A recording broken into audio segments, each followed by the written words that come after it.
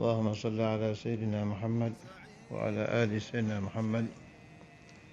اللهم صل على سيدنا محمد الفاتح لما أغلق والخاتم لما سبق ناصر الحق بالحق الهادي إلى صراطك المستقيم وعلى آله حق قدره ومقداره العظيم. أما بعد، المجالس Ar-Ramadaniyah hari ke-13. Sebagaimana saya janjikan sebelum ke aulia yang lain, saya sedikit banyak akan menceritakan ma ta'allaqa bil imamain. Kemarin Imamul Habar sudah, sekarang tentang Ustadzul Imam. Wa amma syekhuna samahatul Ustadzul Imam Al-Hafidh Al-Musnid Al-Qutub Al-Habib Abdullah bin Abdul Qadir bin Faqih radhiyallahu ta'ala anhu. Saya tidak akan mampu untuk menceritakan secara sempurna tentang beliau, juga tentang Imamul Habar dan tentang wali siapapun.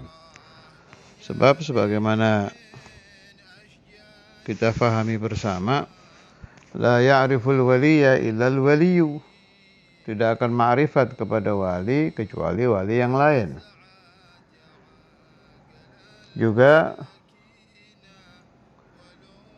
qala Syekh Abdul Wahhab Asy-Sya'rani radhiyallahu ta'ala anhu, dan juga ulama-ulama tasawuf yang lain, mereka itu menerangkan bahwa ma'rifat kepada wali itu as'abu min ma'rifatillah. Jauh lebih sulit daripada ma'rifat kepada Allah. Dalam keterangan yang lain dari beliau-beliau juga, as'abu min ma'rifati Rasulillah sallallahu alaihi wasallam, juga lebih sulit daripada ma'rifat tentang Rasulullah sallallahu alaihi wasallam. Kenapa? Ya, kapan-kapan dibahaslah pelan-pelan. Itu diterangkan di kitab-kitab mereka. Di antaranya sebabnya itu, kalau Rasulullah sallallahu alaihi wasallam kan ada mukjizat, kita diperbolehkan bertanya, anta marsulun minallah? Qala na'am. Apa tandanya? Si Rasul akan menerangkan tentang mukjizat yang menjadi pembenaran dari Tuhan untuk beliau. Kalau aulia kan gak ada begitu, memang sulit tuh. Jadi ana atakallam sekarang ini ya semampu yang saya tahu, sekedar yang saya pahami, serta seukuran riwayat yang sampai kepada saya, itu saja. Ustadzul Imam ini panggilan akrabnya Habib Abdullah bin Faqih itu Ustadzul Imam. Kalau di Darul Hadis ada yang manggil Samahatul Imam, ada yang manggil yang mulia. Kalau zaman dulu, zaman beliau muda, waktu Imamul Habar masih hidup, beliau dipanggil Ustadz muda, kalau Imamul Habar Ustadz tua, begitulah. Itu aja udah beda kan. Orang kalau hatinya tidak pandai-pandai dibersihkan dan tidak pandai-pandai dijaga, dengar panggilan yang mulia aja udah suudzon itu kan. Ada apa nih kok dipanggil yang mulia? Sombong banget. Jadi kalau saya punya pendapat begini, saya dan beberapa teman-teman ya, Anda jangan heran kalau saya, Habib Abdul Qadir, Habib Muhammad itu ke Ustadzul Imam itu nggak seperti anak, tapi seperti murid. Memang dididiknya begitu. Dididik oleh Ustadzul Imam begitu. Suruh melihat beliau itu tidak boleh melihat ayah, tapi melihat guru. Jadi saya dan kawan-kawan itu punya pendapat begini. Justru bagus Ustadzul Imam memakai mazhar seperti ini. Pakai jubah harus yang paling bagus, minyak wangi harus yang luar negeri yang paling wangi, mobil harus sedan, apalagi panggilannya yang mulia. Ini kalau pendapat saya dan kawan-kawan dulu itu justru gara-gara ini akhirnya yang masuk ke Ustadzul Imam itu pilihan. Hanya pilihan yang bisa sampai kepada beliau. Orang yang gampang suudzon mental nggak nyampe. Nggak nyampe. Tapi Allah subhanahu wa ta'ala itu memang al-hadi kan. Pembawa hidayat itu Allah. Saya zaman yang mulia itu dulu jaga pintu. Mungkin anak-anak Darul Hadis sekarang nggak ada yang tahu ya. Anak-anak ribat saya dulu jaga pintu. Pak Ahmad tahu itu. Jadi kalau ada tamu-tamu yang rada-rada aneh itu, saya duluan yang ketemu. Masalahnya saya bukain pintunya. Itu tidak sekali tamu yang mencari Ustadzul Imam Habib Abdullah bin Faqih ini gara-gara ru'yah manamiyah, gara-gara mimpi. Nggak kenal loh ini. Zaman dulu nggak ada, atau lebih tepat bukan tidak ada, sangat sedikit sekali orang yang punya telepon, apalagi HP, WhatsApp apalagi belum ada. Jadi tidak terlalu dikenal Ustadzul Imam ini oleh sebagian orang ya, oleh sebagian kelompok. Itu yang datangnya gara-gara mimpi didatangi ulama gitu. Di antaranya anak-anak Malang kenal Haji Effendi, orang yang masih hidup boleh ditanya itu. Itu yang pertama kali ketemu Haji Effendi itu saya bukain pintu, dia bilang saya mimpi didatangi ulama gini-gini bentuknya, bilang saya Habib Abdullah apa Habib Habibullah, terus cari ke Darul Hadis. Ada yang itu, dan itu nggak satu orang. Ada lagi yang didatangi yang lebih tinggi magamnya seperti Kiai Thayyib. Riwayat yang saya dengar, kalau untuk kasus Kiai Thayyib ini saya masih mondok di Buya itu. Jadi pas saya dari Bandung, saya mampir ke rumah almarhum Pak Syueb, Kiai Lowejo. Kiai Lowejo itu rumahnya di Mojokerto. Saya mampir, saya dengar dari beliau itu pertama kali cerita Kiai Thayyib ini. Ada satu kiai khalwat 35 tahun di Gunung Pajudan, Bejudan kata orang Madura, di Gunung Pajudan. Di akhir khalwat, kalau ini ya Yaghadzah Rohaniyah, didatangi oleh satu ulama yang memakai pakaian begini-begini, jubahnya seperti ini, sorbannya seperti ini, terus diwejang gitu ya itu. Sempat diterangkan bahwa beliau gutub apa itu, si Kiai Thayyib ini dapat keterangan dari yang mulia. Belum kenal yang mulia itu, kenal ada ulama aja datang, Habib ulama. Diterangkan tentang magam, nggak tahu dikalami apa lagi, tapi belum menyebut nama, hanya jelas ya Allah ini kan, nggak bilang saya Habib Abdullah gitu, enggak. Si Kiai Thayyib keluar dari khalwah, merasa sudah tercapai keinginannya untuk mencari guru, keluar kharaj haim. Wah, kayak orang pacaran nyari kekasihnya, sudah jalan kaki.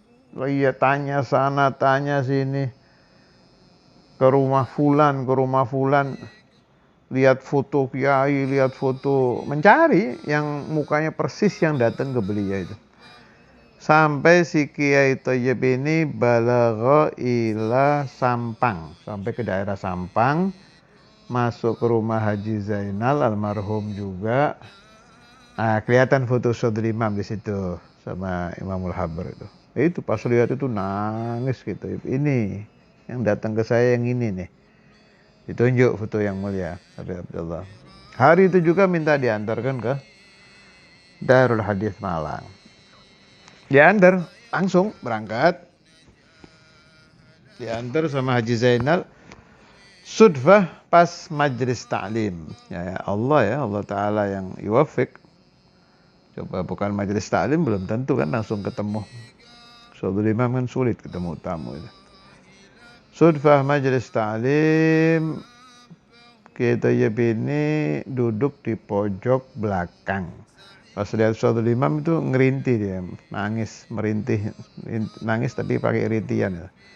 Nangis terharu ini yang datang ke saya. Akhirnya dipanggil. Ustadzul Imam dipanggil, ada apa? Menangis apa?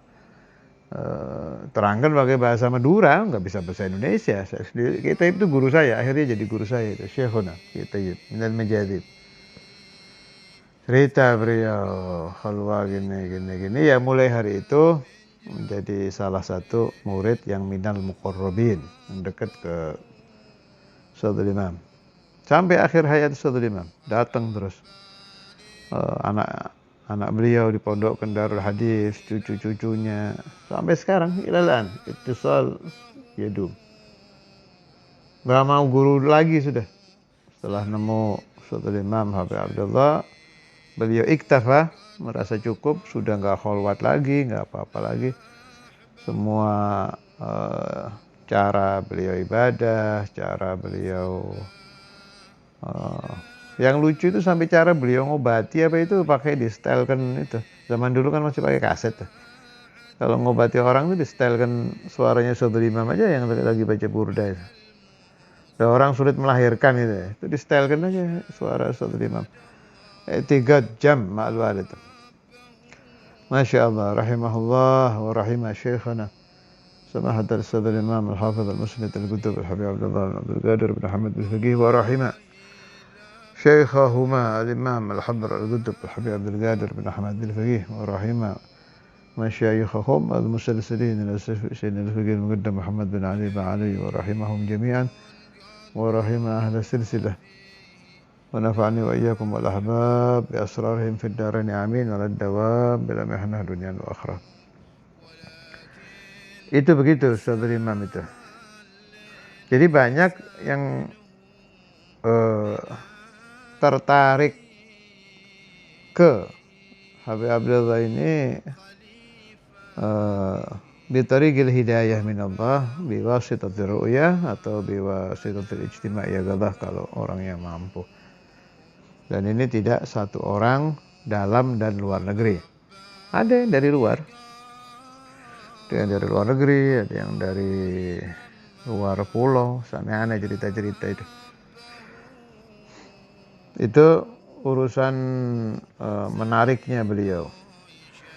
Hal-hal begini ini ada. Saya dengar Habib Umar bin Hafid juga begitu di Darul Mustafa itu.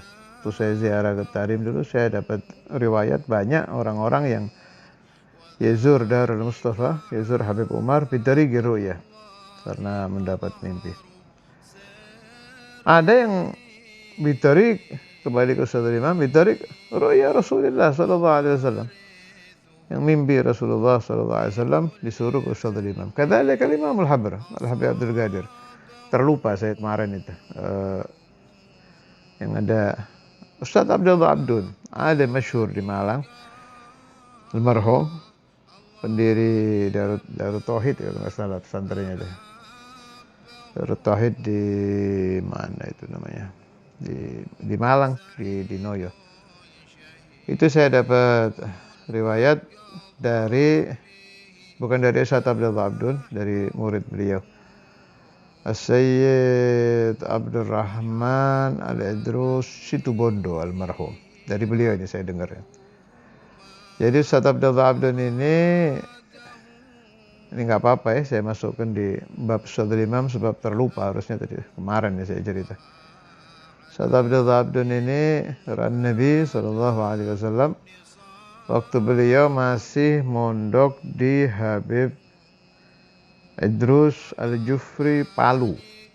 Habib Idrus ma'ruf, masyhur, alamah, wali, dan pesantrennya, cabangnya ratusan. Kalau sekarang nih saat ini mungkin sudah ribuan, zaman beliau aja udah ratusan.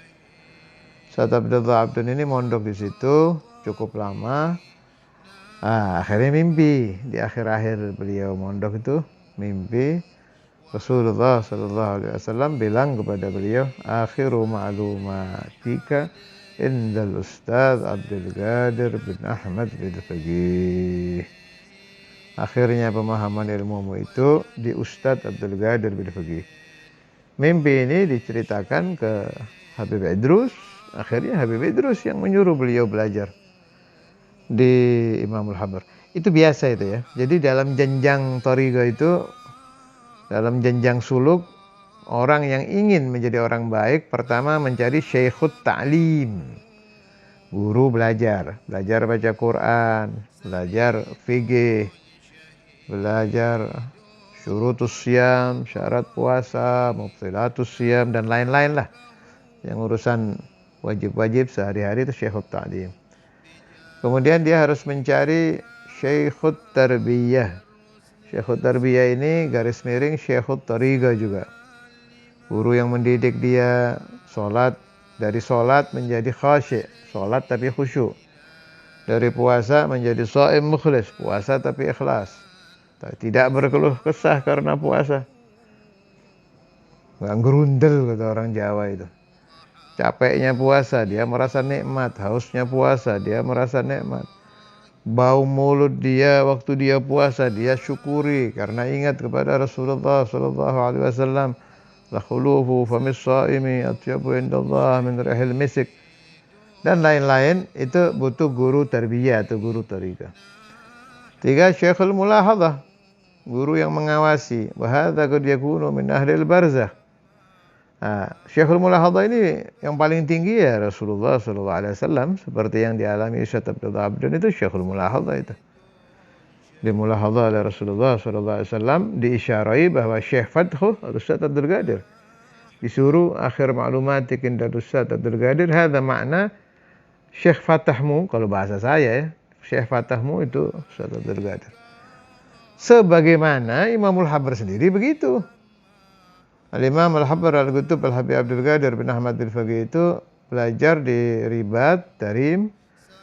Habib Al-Allama Al-Qutub Abdullah bin Umar Asy-Syadhili itu kan 10 tahun. Di akhir taklimnya kan juga mimpi. Mimpi Rasulullah sallallahu alaihi wasallam asyar bi anna fatahnya Imamul Habr itu tidak akan terjadi kecuali di Indonesia. Biyadil Habib Abi Bakar bin Muhammad As-Saggaf radhiyallahu taala anhu. Itu namanya guru terakhir Syekhul Fatah. Lakin Syekhuna Imam Al-Habib Abdullah bin Abdul Qadir bin Faqih menambahkan dari guru 4 tadi itu, Syekh Ta'lim Tarbiyah Nadhar atau Syekhul Mulahadhah Fatah, ditambah oleh Ustaz Imam Syekhul Madad. Kalau Anda bertanya Syekhul Nadhar bagaimana? Syekhul Nadhar dengan Syekhul Mulahadhah sama saja, alias itu. Syekhul Nadhar alias Syekhul Mulahadhah. Syekhul Thariqah bagaimana? Syekhul Tarbiyah alias Syekhul Thariqah. Yang mulia menambahkan Syekhul Madad. Ada guru yang memberikan madad, beri asrar kepada murid yang tidak termasuk 4 tadi. Terkadang 5 guru ini di satu orang, itu bisa jadi. Ya taklimnya dari situ, tarbiyahnya dari situ, mulahadhahnya dari situ, madatnya dari situ, fatahnya dari situ. Itu kadang begitu.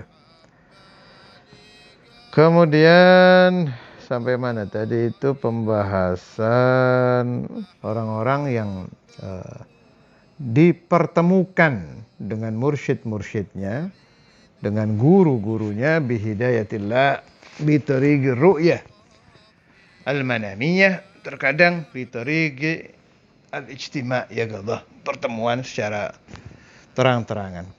Kenapa itu terjadi? Kalau kita kembali ke kalam Al-Habib Ali bin Muhammad Al-Habsyi wa amthaluh, ulama-ulama tasawuf itu Habib Abu Bakar bin Abdullah Attas, Imam Sya'rani juga dan lain-lain, mereka berbicara dengan kalimat-kalimat yang berbeda tetapi maknanya satu, bunyinya begini kurang lebih maknanya. Idza sadaqal murid fi talabil masyayikh, Imam Al-Habr juga kalam ini ya. La wajada syekh 'alal abwab. Kalau murid itu shadiq, betul-betul serius. Al-murid shadiq itu diterjemahkan paling enak murid yang serius. 100%. Di dalam mencari guru, pasti dia akan bertemu gurunya di depan pintu rumahnya. Itu bahasa kiasan, artinya akan dipertemukan dengan guru, gimana aja caranya, pasti ketemu. Kalau bahasanya Ki Ahmad, dilala ketemu. Nanti tahu-tahu ketemu, tadi itu bisa lewat mimpi, bisa ro'an Nabi, bisa lagi umroh, lagi haji, ketemu. Ada aja caranya Allah. Allah ya Allah. Wa huwa ala jam'ihim idza yasha'u qadir. Allah Subhanahu wa taala itu kalau ingin mempertemukan seorang murid dengan syekh yang arif billah, mempertemukan seorang muhib dengan wali min auliyaillah, wa huwa ala jam'ihim, ayat Quran itu. Idza yasha'u qadir. Kalau Allah sudah berkehendak, Allah Maha Mampu. Ada saja cara Allah untuk mempertemukan syekh wa tilmidz, al-wali dengan muhibbuh. Dan Allah juga ada saja caranya untuk mempertemukan seorang hambanya dengan Rasulullah sallallahu alaihi wasallam. Na'ud ilal mabhath, kembali ke pembahasan tentang Ustadzul Imam. Itu tadi tentang tarikan untuk bertemu dengan beliau. Terkadang setelah beliau wafat, kadang-kadang murid-muridnya itu dititip-titipkan. Atau kalau nggak wafat, pulang gitu, sudah berhenti dari nyantren, sudah ke daerah lain, di situ ada wali lain, itu kadang dititipkan ke wali itu. Bitorigi rohani. Ini yang terkenal ini kejadiannya bapaknya Ustadz Farhan. Ustadz Farhan itu yang bagian Gosida kalau di majelis saya itu. Tilmidz Ustadzul Imam, mondok di Ayyam Mu'allim Syukri, kalau nggak salah saya. Satu level dengan Mu'allim Syukri, lumayan lama di Darul Hadits. Nah, setelah beliau berhenti itu di daerah beliau di Jakarta itu ada wali min auliyaillah habaib min dzurriyyati Rasulullah sallallahu alaihi wasallam.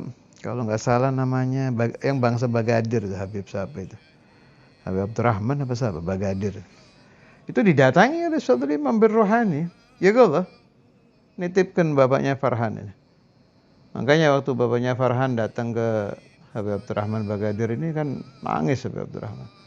Bilang gambarnya sudah datang, gambar kamu sudah didatangkan sama guru kamu. Jadi Habib Abdullah ke sini menitipkan kamu. Itu suka begitu. Makanya untung kalau kita punya guru yang wali min auliyaillah itu. Enggak kira ditinggal sudah, enggak kira ditinggal. Hayyan wa mayyitan, insyaallah kita mati juga nanti dihadiri. Kehidupan kita juga diawasi. Kalau ini dari kata-kata yang mulia ini. Waktu yang mulia menerangkan tentang peristiwa Syekh Abdul Qadir Al-Jailani yang diberitahu Allah Ta'ala bahwa muridnya bakal berzina itu. Kamar atau saya lupa itu 70 beberapa, pokoknya banyak. Nah, apa yang terjadi? Syekh Abdul Qadir kata yang mulia nggak marah, nggak muridnya dipanggil, dipukuli gitu, enggak. Kita wajah ilallah karena ini sudah takdir Allah supaya dirubah fil manam. Biar takdir zina ini dibalik oleh Allah Ta'ala tapi dalam mimpi. Istajab Allah, diijabah sama Allah Ta'ala. Doa Syekh Abdul Qadir Al-Jailani, liannahu mahbub. Magam Syekh Abdul Qadir magam mahbubiyah, magam mudallal, wali yang dimanja dan dicintai Allah Subhanahu wa Ta'ala. Muridnya sih nggak ada apa-apanya, ini bakal jadi ahli zina. Tapi karena Allah Ta'ala yuhib syekhuh, yuhib Syekh Abdul Qadir, mengijabah doa gurunya sehingga terjadinya perzinaan itu fil manam. Ustadzul Imam waktu menceritakan kisah ini beliau mengomentari, itu untungnya orang yang punya guru, kata yang mulia, yang punya mursyid, bisa didoakan mendapat taubat. Itu kan kejadian tadi artinya kan akhirnya salamah kan. Jadi kalau mursyid itu tahu muridnya ini bakal nanti jadi begini. Itu ya yatawajjah ila Allah. Supaya si murid ini kalau toh itu memang takdir yang tidak bisa dirubah, biar mendapatkan taubatan nasuha, mendapatkan maghfirah, sehingga tidak mengganggu akhir umurnya, tetap mendapatkan husnul khatimah. Ya Allah, jangan sampai Anda ayyuhal mustami', orang yang mendengarkan suara saya ini, kalau Anda bukan murid Al-Imamain, bukan murid saya, bukan muridnya orang-orang alim wali soleh seperti Al-Imamain, tapi sampai suara saya kepada Anda, saya anjurkan Anda jangan hanya mencari ulama, tapi mencari ulama yang arifin billah, yang ahlu tariqah, syekh, yang mursyid, yang dekat, tidak hanya bicara, bukan hanya pandai kola-kola, pandai berdalil, pandai baca kitab, tapi memang dia sendiri mengenal Allah, dekat kepada Allah. Syukur-syukur dia dicintai Allah. Gunanya apa buat Anda? Itu kan setan. Rata-rata orang kalau belum tobat kan setan kan. Biar setannya itu didoakan oleh beliau berubah menjadi watak malaikat. Dari watak syaitan berubah menjadi watak malaikat. Dari watak orang buruk berubah menjadi watak orang soleh. Itu gunanya punya guru, untuk mendoakan Anda menjadi orang-orang yang nikmat berdekatan dengan Tuhan, yang merasa enak bercengkrama dengan Allah, yang merasa lezat ketika melakukan sholat, yang tidak ingat apa-apa lagi kalau sedang zikir kepada Allah, yang merasakan bahwa nikmatnya doa, nikmatnya munajat, nikmatnya berbisik-bisik kepada Allah tidak ada bandingannya di alam dunia. Itu semua akan Anda rasakan, akan Anda dapati. Bukan bi'amalik, bukan. Kita ini jauh dari amal kita ini. Nanti kapan-kapan dibahas biar ngerti nanti. Amal-amal yang kita kerjakan ini, ya Allah, kalau di mizan 0, gak kira lulus. Karena itu kita harus banting setir, butuh da'awat asyuyukh, da'awat aulia, da'awat arifin.